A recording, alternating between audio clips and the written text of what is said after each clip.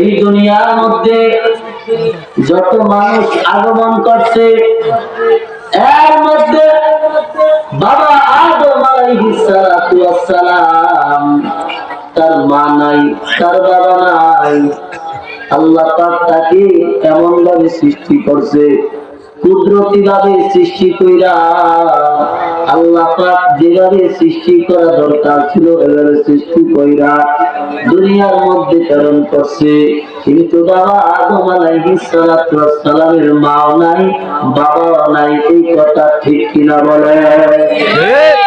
আরেকজন নবী আছে হযরত ঈসা আলাইহিস সালাতু ওয়াস সালাম, যার মা আছে কিন্তু বাবা নাই। কথা বলেন ঠিক কিনা?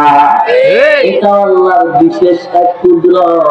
আমার আল্লাহ তাআলা কুদরতি ভাবে জিবরাইল আলাইহিস সালাতু ওয়াস সালামের মাধ্যমে একটু ফু দিছে, ফুর মাধ্যমে ঈসা নবী আর মায়ের গর্ভের মধ্যে চলে এসেছে।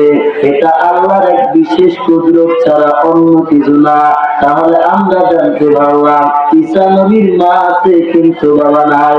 আমার জানা মতে ভুল দিয়া যদি ক্ষমা করবেন, এই দুইজন ছাড়া পৃথিবীতে যত মানুষ আছে সবারই কিন্তু মা আছে এবং বাবা আছে। কথা বলেন ঠিক কিনা?